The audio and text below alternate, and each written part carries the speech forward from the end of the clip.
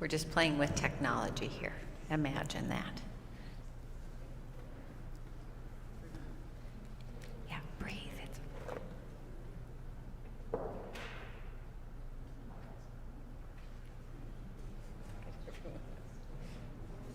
Thumbs out, ready to go.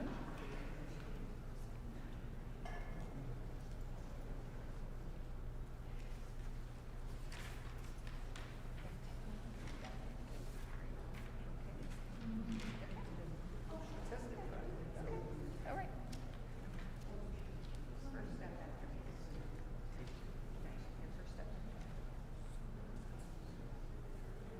Okay, so if technology doesn't work, you're good. Okay, great. No? Yeah. Okay.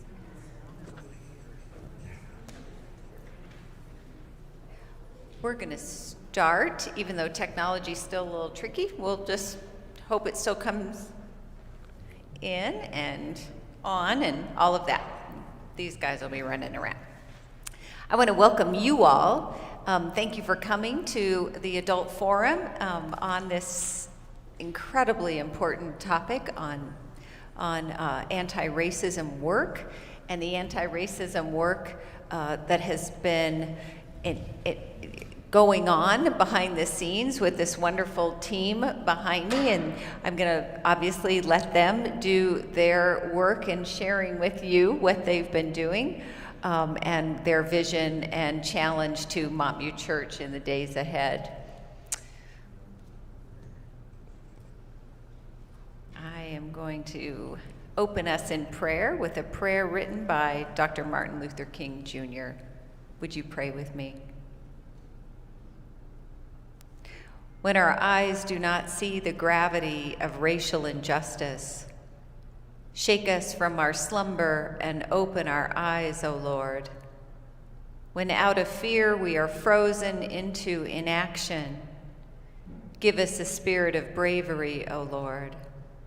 When we try our best but say the wrong things, give us a spirit of humility, O Lord. When the chaos of this dies down, give us a lasting spirit of solidarity, O Lord. When it becomes easier to point fingers outward, help us to examine our own hearts, O Lord. God of truth, in your wisdom, enlighten us. God of love, in your mercy, forgive us. God of hope, in your kindness, heal us. Creator of all people, in your generosity, guide us. Racism breaks your heart. Break our hearts for what breaks yours, O Lord. Ever-present God, you called us to be in relationship with one another and promised to dwell wherever 2 or 3 are gathered. In our community, we are many different people. We come from many different places, have many different cultures. Open our hearts that we may be bold in finding the riches of inclusion and the treasures of diversity among us. We pray in faith. Amen. I want to introduce to you Diane Briscoe-McKenzie, who will lead us off, and I trust that each member will introduce yourselves as you speak. Yes. And would you please welcome this team?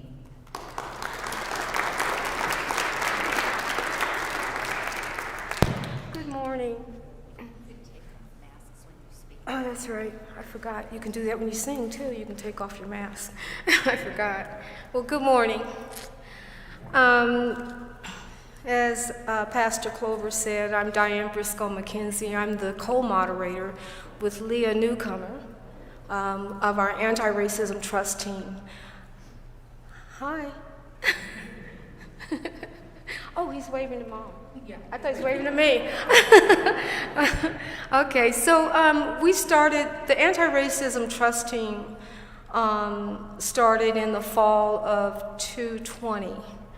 It started due to all of the things that were going on with the killing of Black people by police, and that some of us got in touch with Clover and with Ian, I think most of us that are on the team, expressing our horror of what was going on, and they decided we needed to have a team together, an anti-racism trust team, to discern how we were going to bring anti-racism to Montview Church and become an anti-racist church. So the way that we started was interviewing different people who were specialists in anti-racism, and selected Reverend Siobhan Starling Lewis to guide us in a study of what lies between us, a study book and videos. And then we moved on to our new study that you're going to hear more about, that we hope to share with the whole church body of those that are interested. I just want to give you the definition of anti-racism, because when we did a presentation to the deacons, there were questions about, well, just what is it and what will Montview look like as an anti-racist church? So anti-racism includes beliefs, practices, actions, movements, and policies adopted to oppose racism. And need to point out that it's a focused and sustained job, anti-racism. It's not just one pat, simple answer or a series of answers. It's an ongoing thing throughout our lives of working towards anti-racism. So we're going to show you a video in a little bit that we worked on, and give you a little bit more which will give you more information about what we've been doing for the past year and a half and where we plan to go in the future. So with that, I'm going to introduce and pass on the mic to Leah and to Lynn on the team.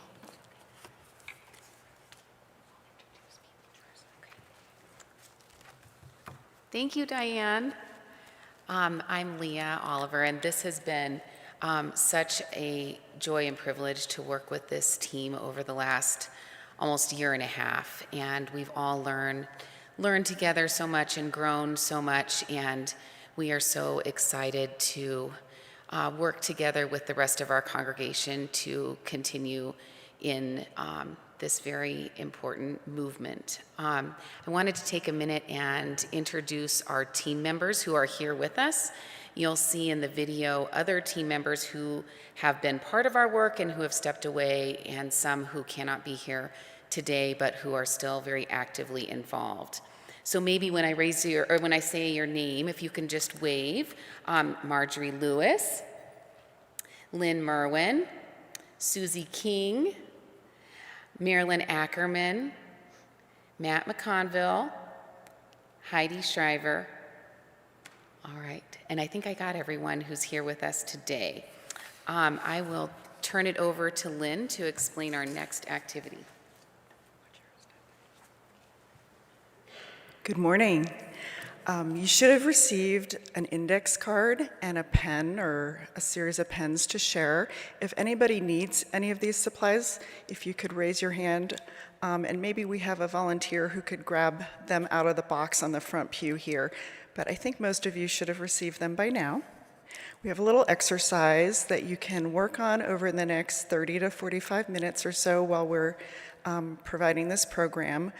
The idea is to create a little 6-word essay about your thoughts on race and racism in the church. 6 words, very simple. It doesn't have to be a sentence. It can be just 6 random words on race or racism in the church. The idea is for it to be a little bit of thought-provoking, and for us as a team to get a sense of where we are as a church. A little barometer reading of sorts. It should be anonymous. Don't put your name on it. And we'll pull these together and kind of get a sense, as I said, of where we are and what we're thinking. Leah is going to provide a few examples. What else? You may have seen this shared in other ways. For example, in the New York Times, there was a version of this on the pandemic. Last year or the year before. It kind of all runs together in my mind, but take the next 30 minutes or so to share your 6 words on the index card. Thank you. Back to Leah. Okay, to help you think about what you might want to put on your card, we've talked a lot about how our work on anti-racism here at Montview is different from other efforts. It's sort of a popular or common topic right now to be discussing anti-racism in many of our nonprofit or workplace arenas, but to be discussing it in our church with a faith-based lens is what makes this conversation different. So we as a team have thought about our 6-word essays on the topic of race and racism in the church, and I thought I would just read them to you, and we're eager to read your thoughts as well. So here they are: understanding complicity to inform work. You've got to be carefully taught. Gospel teaches love all. Church divides. Christians, remember Jesus, man of color. Make people feel like they matter. We're called to love one another. Privileged, oblivious, white, learning to change. Enlightened by reality, empowered by awareness. Overwhelmed with complicity, hopeful in contingency. Complicity is sinful, confession brings healing. A long journey, hope for change. So hopefully that will get us started. I am very pleased to introduce to you a video. This video has been a collaborative effort from our team. We first started it, came together with the idea of this presentation when we were speaking to our session and to our deacons. It then became clear to us that we wanted to be able to share this with the rest of our congregation and have something that could be passed along.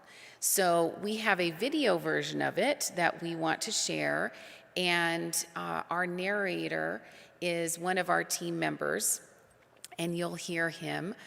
His name is Chin, and we are sorry he can't be with us, but his voice is powerful, and he is with us in spirit. So with that, can I turn it over to the video? Thank you for taking time to watch this presentation. We, the members of Montview's Anti-Racism Trust team, are eager to share the lessons of our journey thus far. We would also like to give you a sneak peek of where we are going. The Montview Anti-Racism Trust team is a beloved community, one which values equity and inclusivity. We believe we must start with awareness and listening for the voice of the Spirit in our own hearts before we can step into this work with our congregation.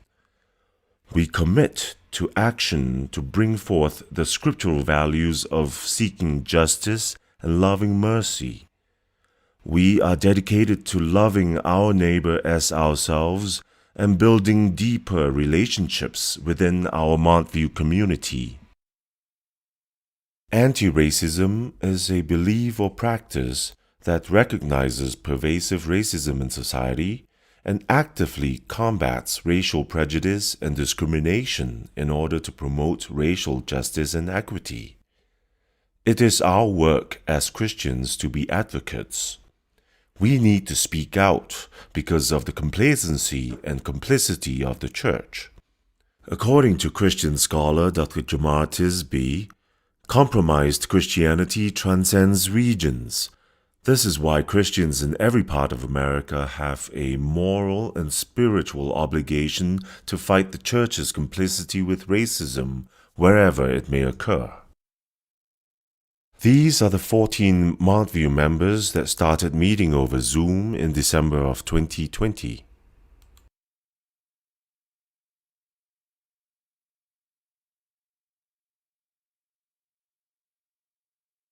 Back in the spring of 2021, We had the marvelous opportunity to work with skilled facilitator Reverend Siobhan Starling Lewis.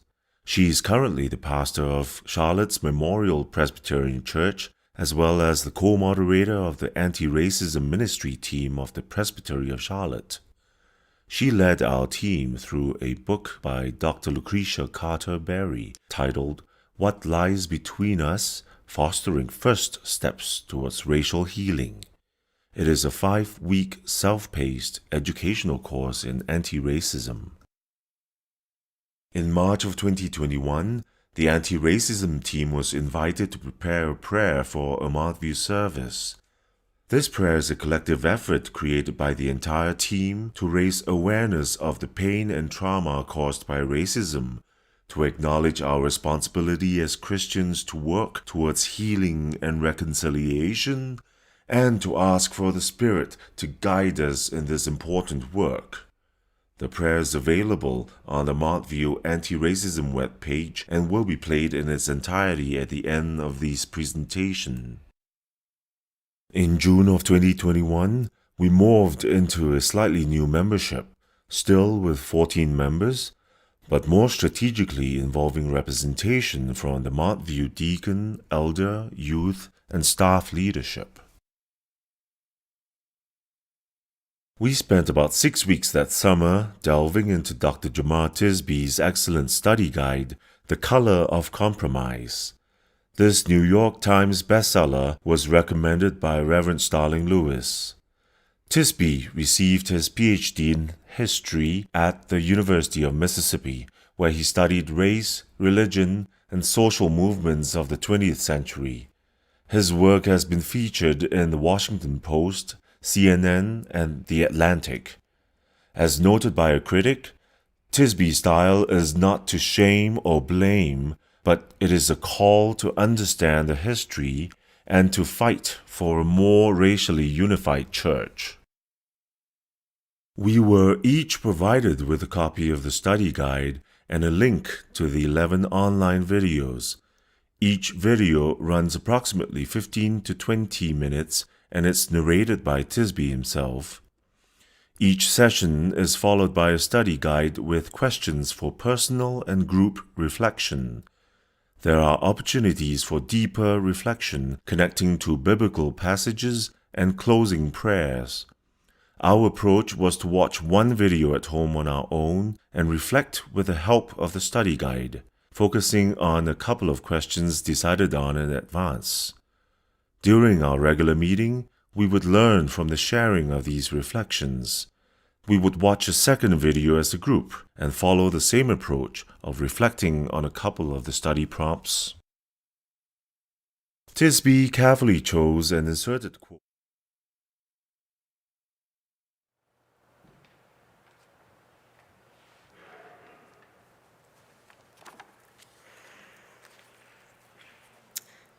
Our team wanted to read some of the more profound Tisby quotes. Dr. Tisby said, and I read, "Nowadays, all the American church needs to do in terms of compromise is cooperate with already established and racially unequal social systems." This is what he said. And this is what drives me, Marilyn, to work in areas where systemic racism needs to be broken down and changed to allow anyone, no matter the color of their skin, their zip code, or their income, to arrive home safe and alive at night to their loved ones. I work in the criminal justice reform space with Together Colorado and try to live this quote every day.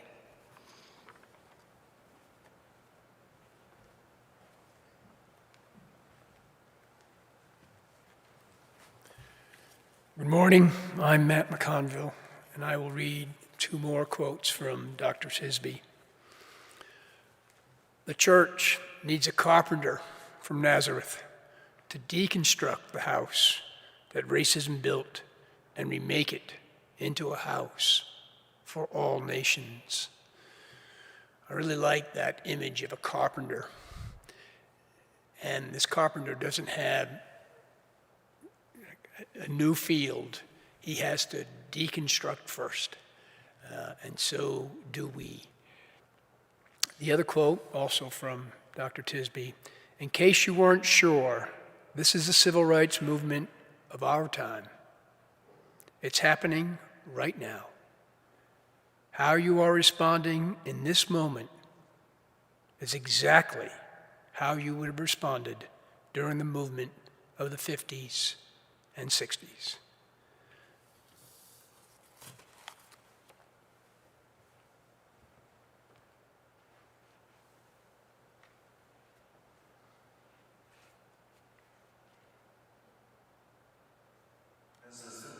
Retreat in November of 2021. In addition to strategic planning work, we discussed grace space guidelines and gained a deeper understanding of the history of Montview. Justice, ARC being the acronym for Awareness, Relationships, and Commitment. He explains that 1. The Church must embrace awareness. We must become lifelong learners on the history of race in our society and the problems that exist around us. Awareness can take the form of books, documentaries, personal study, classes, or even human sources. Awareness is a lifelong act of refusing to grow complacent in the way things are. 2. Relationships expand our horizons and open up new possibilities for understanding and solidarity. While a book or video will help our minds, relationships have the power to touch our hearts. 3. The final step is a commitment to action. We cannot simply learn and experience. A commitment to action can be steps of solidarity in neighborhoods, schools, jobs, and churches, challenging unjust hiring practices or confronting discrimination. Action is not about perfection. Whatever you do, do something. While we can spend untold time trying to understand the problems, we will not see any progress without a commitment to change what we can. Lessons.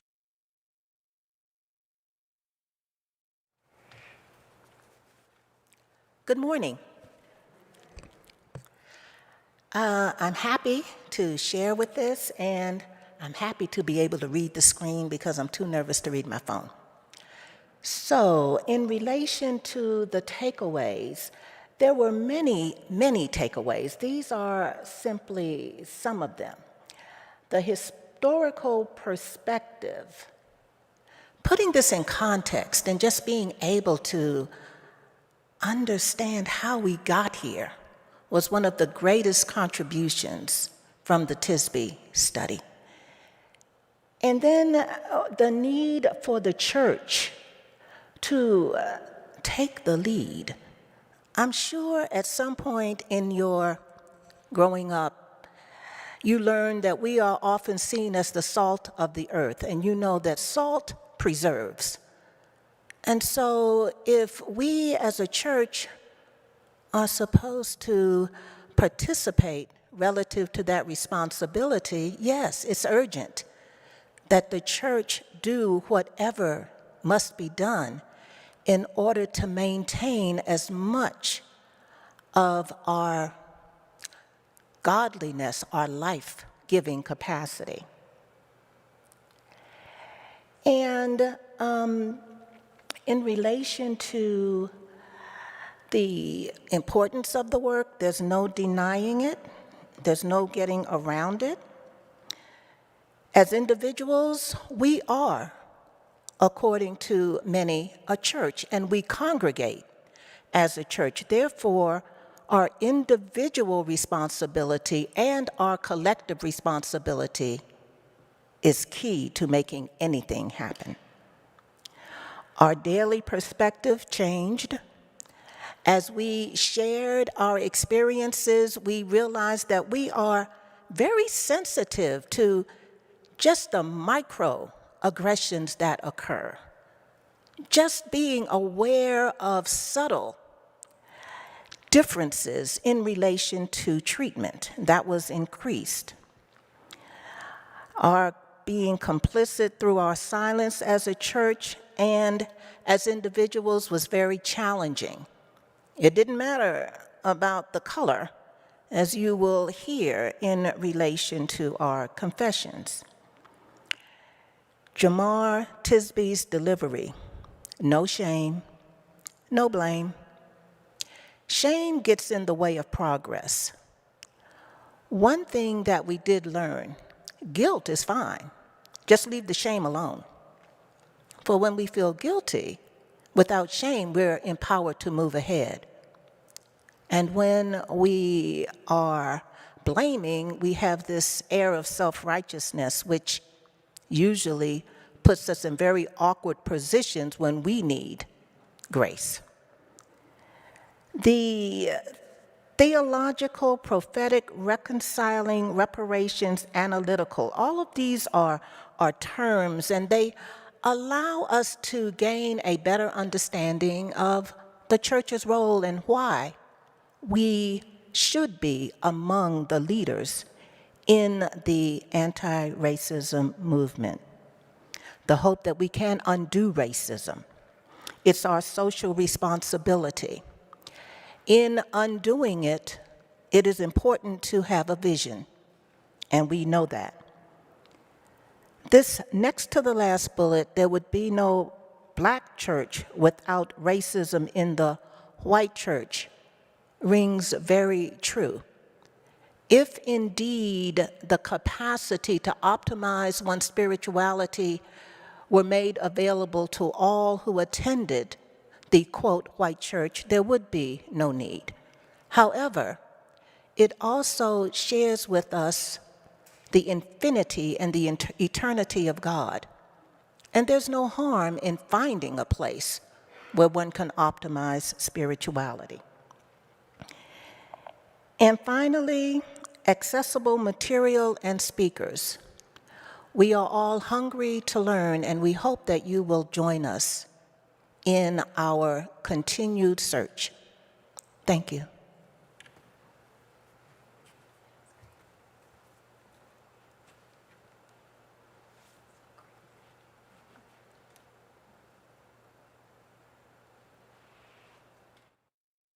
Work, we discussed grace space guidelines and gained a deeper understanding of the history of Montview. We were encouraged by the presence and exhortation of Tamara Dixon, Chief Diversity Officer of the City of North Glen, and Adrian Miller, Executive Director of the Colorado Council of Churches.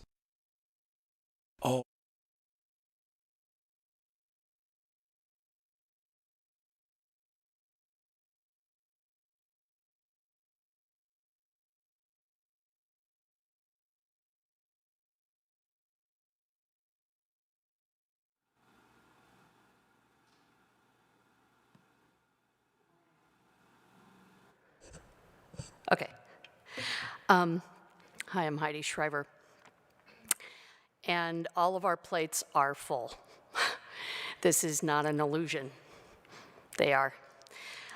This slide references a shift in thinking that I experienced with my colleagues in my school district as we continued our anti-racist professional learning over many years. I specifically remember the meeting that we were talking about starting to integrate our staffs into this learning.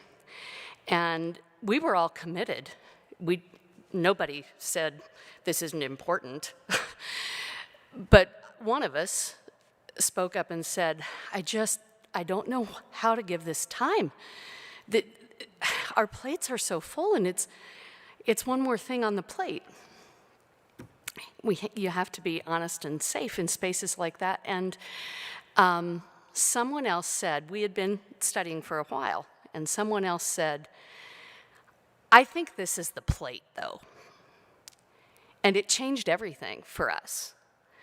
When we began to think of our equity study and our practices as the plate itself, rather than something we were adding to our full plates, we began to see really positive and meaningful change in our relationships with students and families of color, and in our priority for inclusion for all, in this case in education, public education. When we began to use an equity or anti-racist lens to plan and to evaluate all of our initiatives, from curriculum to family engagement to building school community, we found that equity practices were not one more thing to juggle on our plates. They were, in fact, the plate that held the foundation for all those initiatives, you see. From this viewpoint, we held common beliefs and goals about how to focus all of our initiatives on opportunity and inclusion for all, incorporating a range of perspectives. Seeing anti-racist awareness and practice as the plate was transformative for us as individuals and as an organization. And it is our hope that as the wonderful community of Montview Presbyterian Church, we can start to see anti-racist practice as our plate for all of our initiatives.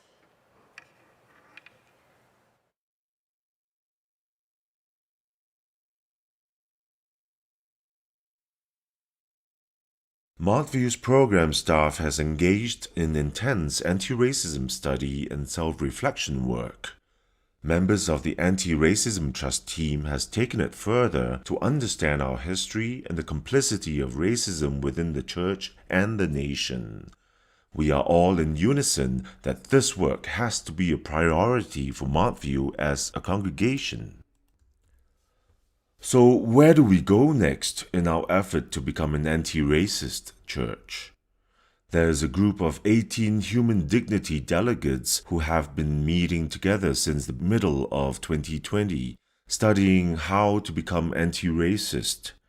Together with those in the trust team, we will lead anyone interested, especially those involved in lay leadership of Montview, session and deacons, to participate in the TISB study.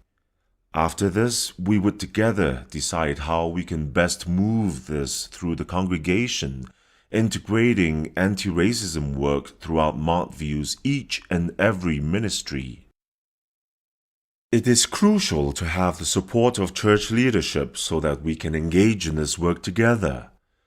It's an organic and evolving process, but we believe a starting point is to participate in the study of Jamar Tisby's The Color of Compromise.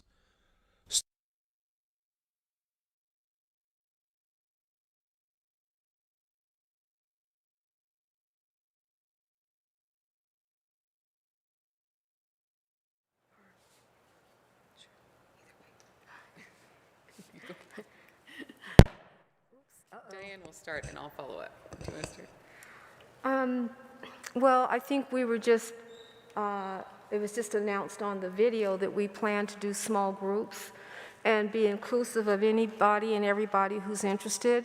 Eventually, a schedule will come out of groups of doing this study, and we'll give you more information. I would also encourage you to look at the Montview website and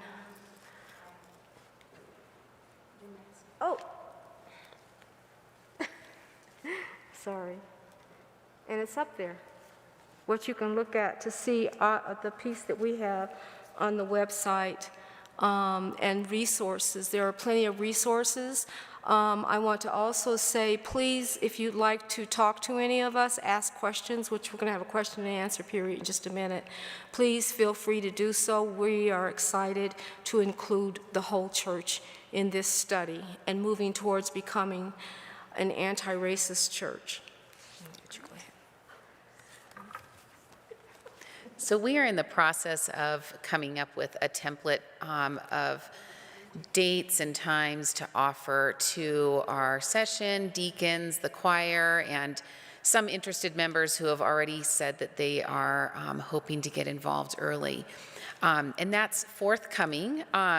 We hope to get that study going this spring. We're very excited to announce that Dr. Jamar Tisby will actually be coming to Montview.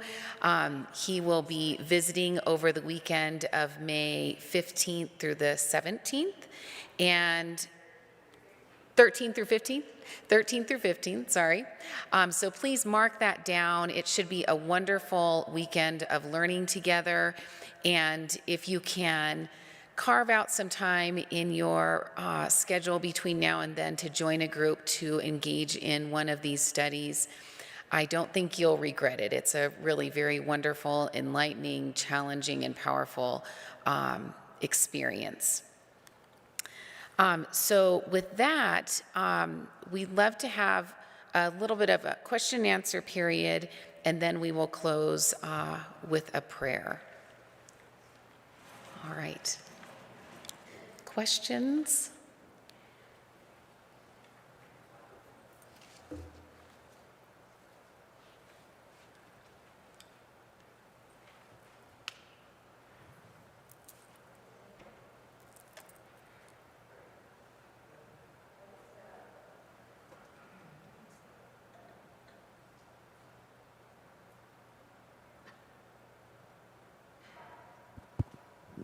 To shout.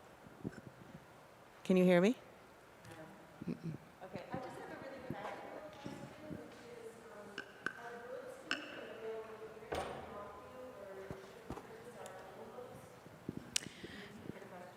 Okay.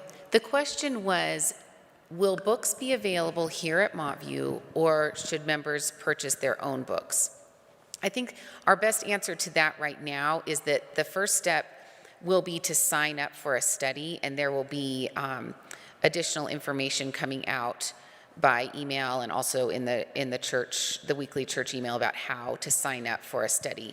And once that happens, then we'll be in communication with you about how to get the book.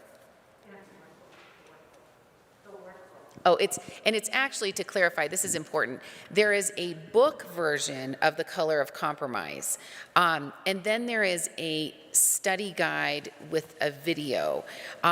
They're both wonderful. They both have essentially the same content but different delivery. We will be going through the video study. Okay. Yeah. Right.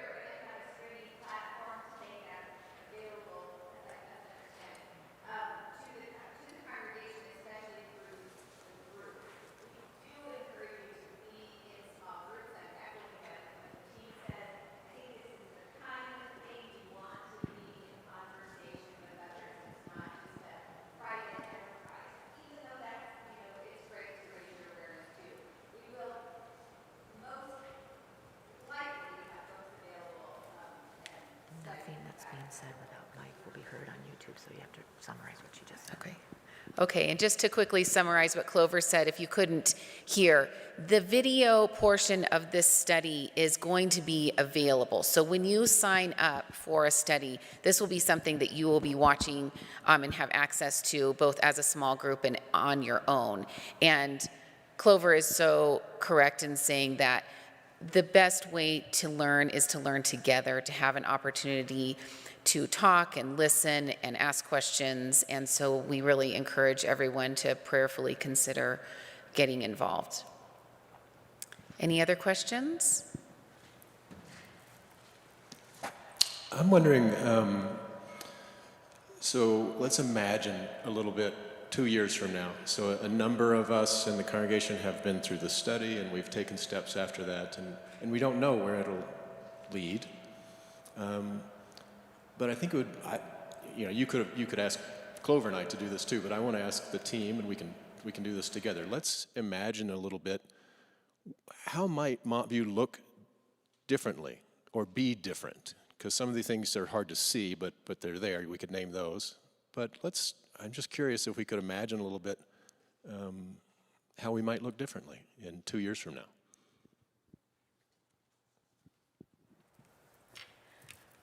The deacons asked that question when Lynn and I did a presentation to the deacons. And I didn't have any time to really think about it. And I said, when I hear the word look, what does Montview look what it's going to look like as an anti-racist church.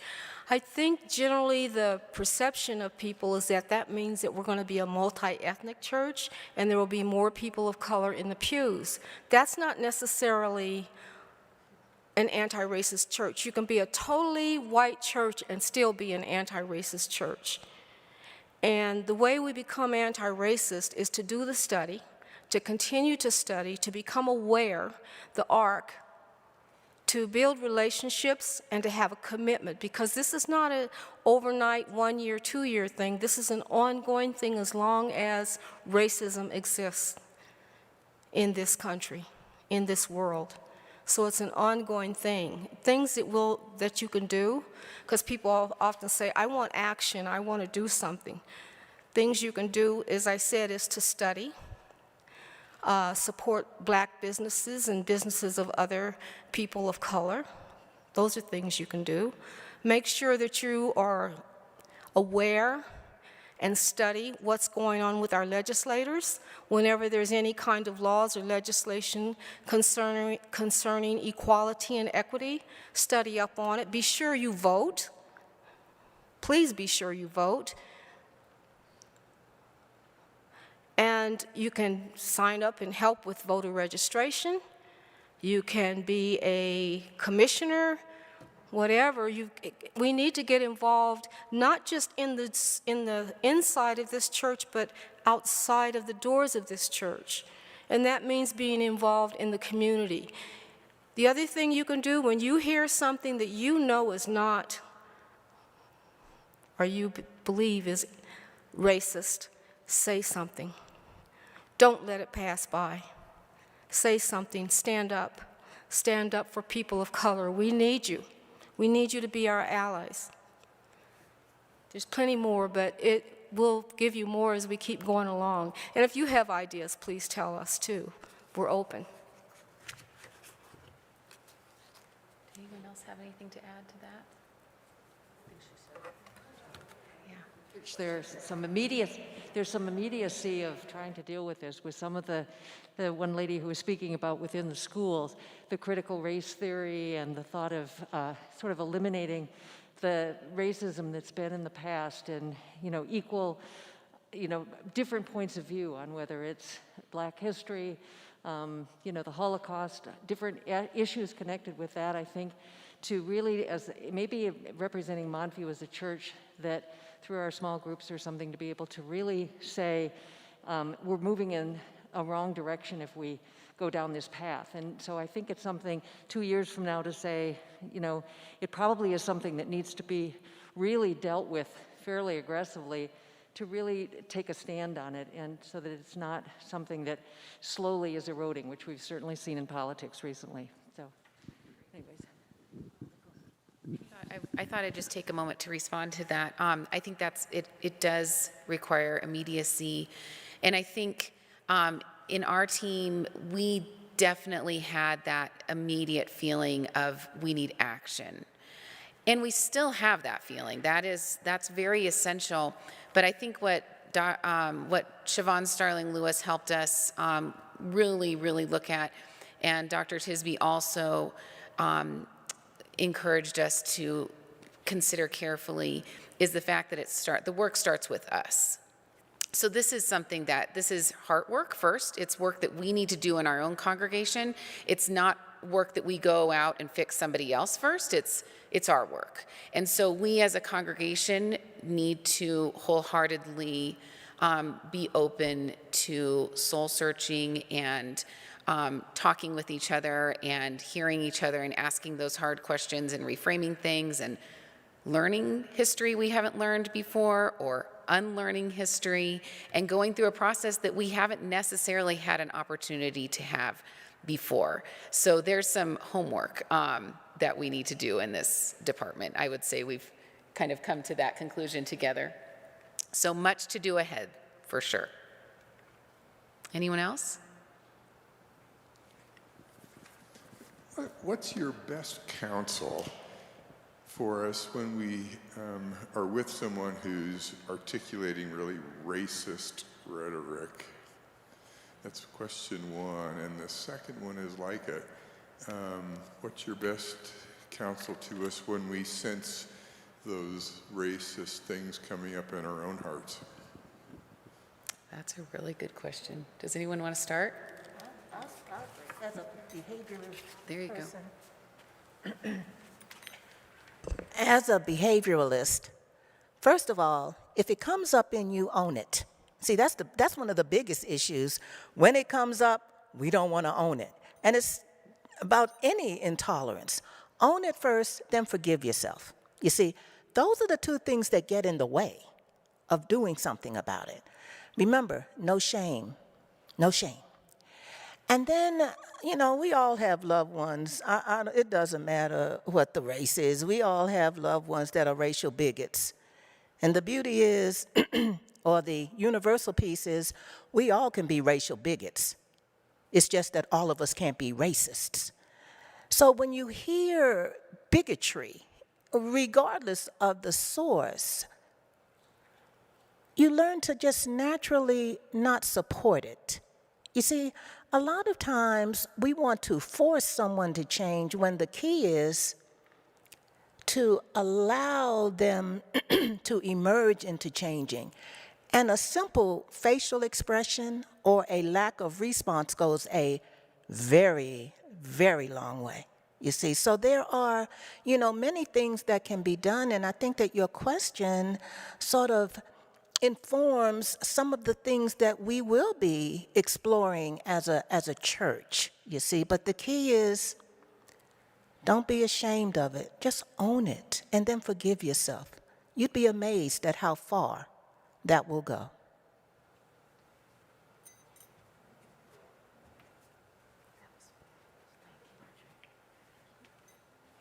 Specifically, Pete, working with my human dignity delegates for the last 2 years and working with Together Colorado, even those of us who think we're woke and very aware in the awareness arc, we say things that are mistakes and we hurt feelings of our friends of color. And what I have found in the trainings that I've been through is to ask a question, especially if you're talking to someone you love, not a stranger.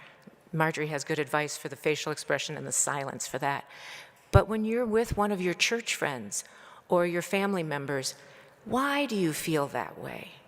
Tell me more about what brings you to that conclusion. And it's amazing how it stops the person to make them think about why they think the way they think. You don't have to even respond to that, but just let them say it out loud. And sometimes when they say it out loud, they don't like what they heard, and they might modify it. They might not. White supremacists run in all of our families, and they are dug in sometimes. And as one of my black trainers taught me, some pancakes can't be flipped. And so don't even try. So there's my short answer.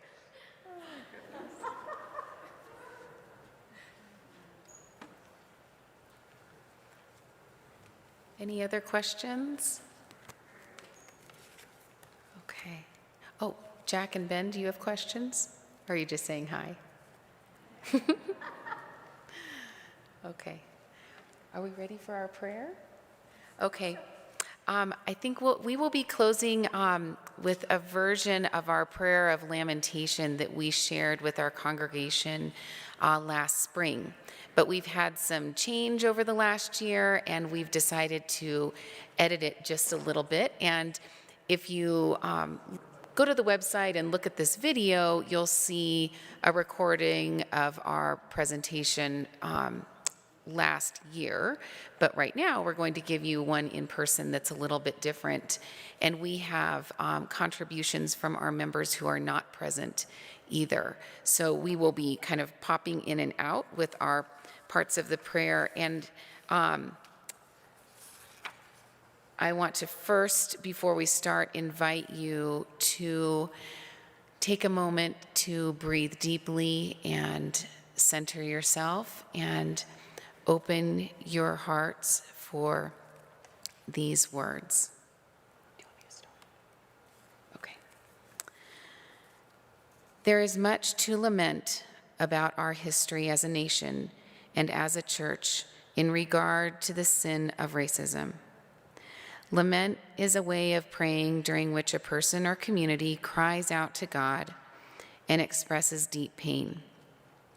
We have come a long way, but there is still much to be done.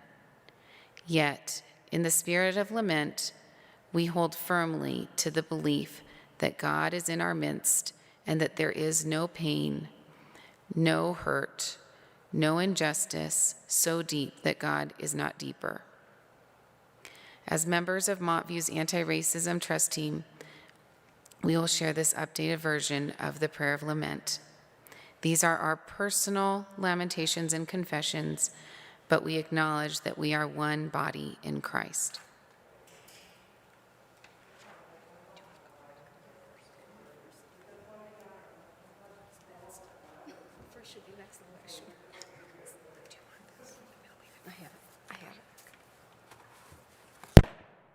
Sorry about that. Always short people. We lament that as a people of God, we often fail to truly internalize and follow the teachings of Christ to love one another.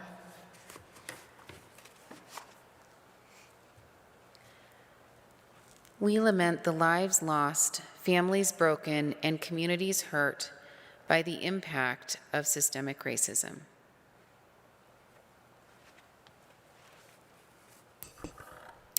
I lament that I did not see the institutional racism that is pervasive throughout our country, and that we still have quite a journey ahead of us, especially given the polarized times we live in today, where so many fight the effort even to teach the truth of our history.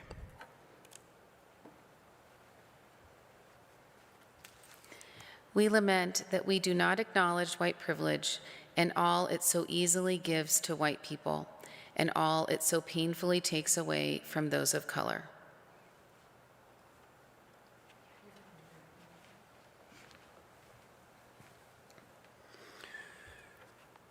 I must have the courage to leave the table and stand up and speak up for any person, regardless of color, when respect for that person is no longer being served. We lament that our sisters and brothers of color continue to bear witness to systemic racism. We confess to being asleep to the unchristian ways of our white community for hundreds of years.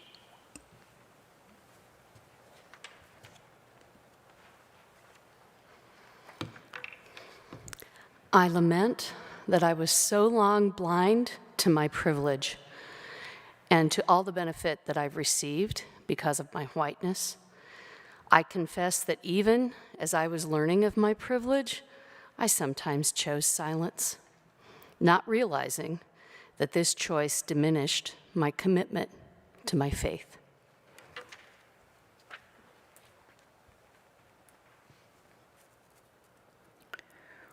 We confess that far too often we rush toward racial reconciliation before taking the time to understand the fullness of the injury and the depth of the wound, avoiding our discomfort and afraid to dwell in the pain that is life in community together.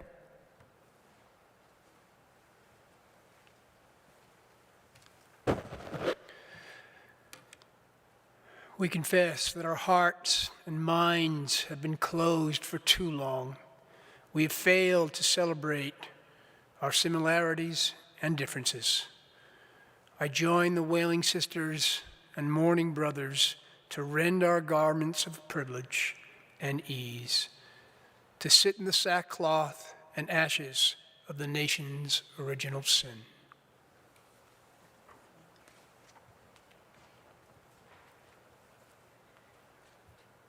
We confess that we live in a society more attuned to consumerism than ideology, one in which we question more than we believe.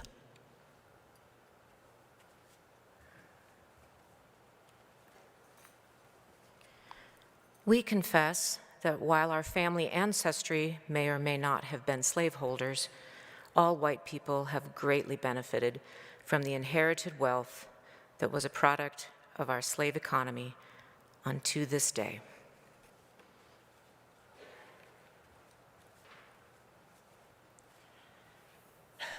We confess that we have internalized degrading stereotypes promoted by racism and sexism to the extent that we have dwarfed our capacity to effectively grow into the grace of God, thus dwarfing our call to excellence in the name of Christ. We confess this reality without the crippling shame that would prevent our spiritual growth. Instead, our confession serves as an inspired awareness and insight that thrusts us further into the image and likeness of God without compromising said greatness, always evolving within.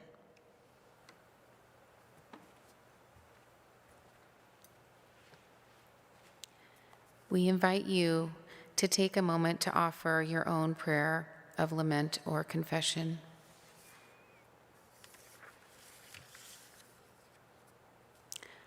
Amen. Thank you all for being here, and we'd love to have your index cards. If you can maybe leave them, we can either collect or leave them on the front pew, and we'd love to look at them together. And thanks again for being with us this morning.